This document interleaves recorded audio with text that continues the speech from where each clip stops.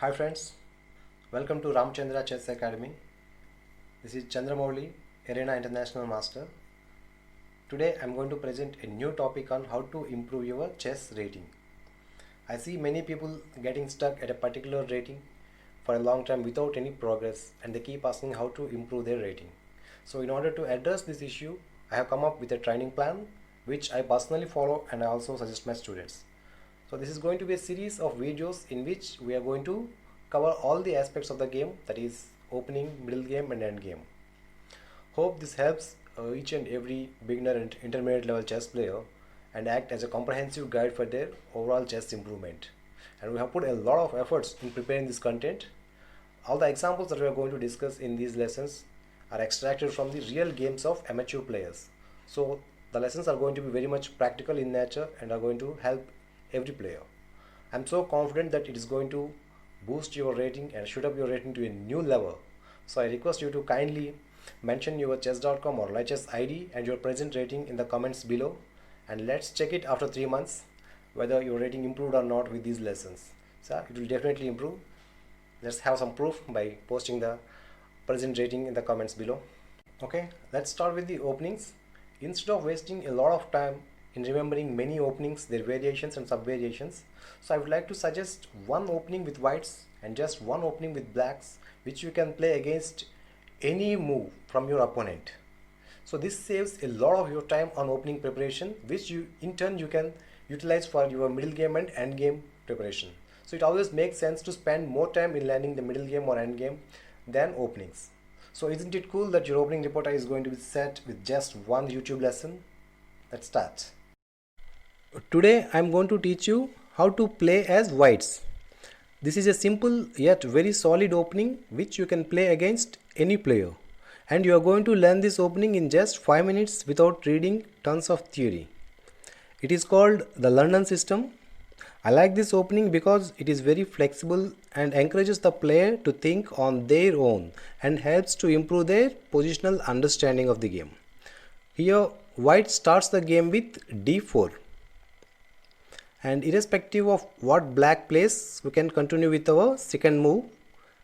Typically black replies with knight f6 and then we need to play bishop to f4. These are the first two moves, and in fact against any move by black you can continue with our plan. And our third move is knight to f3. And if black plays d5, we play e3.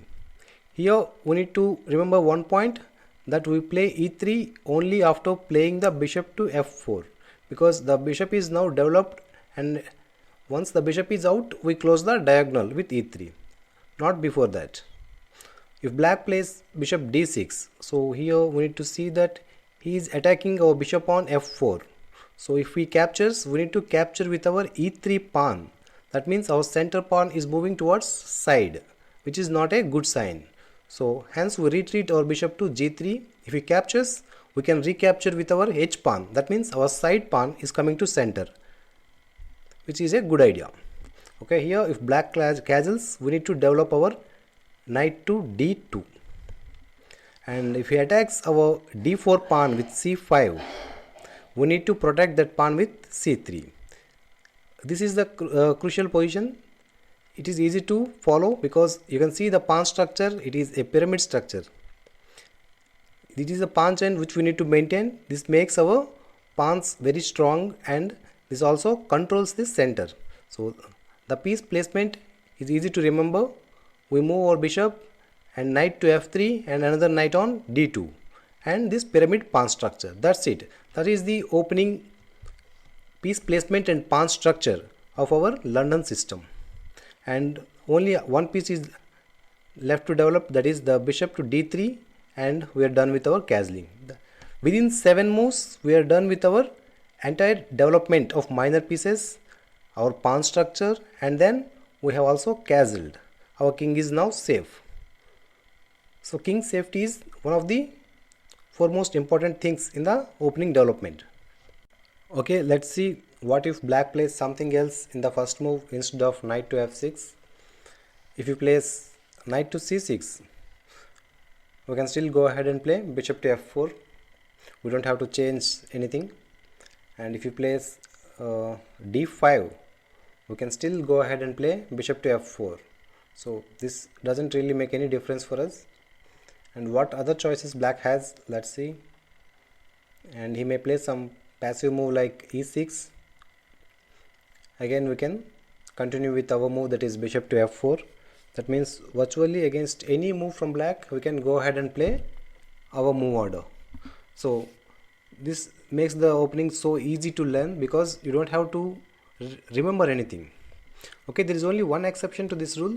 If you place c5, so we need to think a bit here because he is attacking the d4 pawn in the very first move. So we cannot just ignore and play bishop to f4, because if you play bishop f4 now, he will capture this pawn and we need to capture with our queen. And when we capture with the queen, he will play knight to c6. So he is attacking our queen and we have to retreat, thereby we are losing one tempo.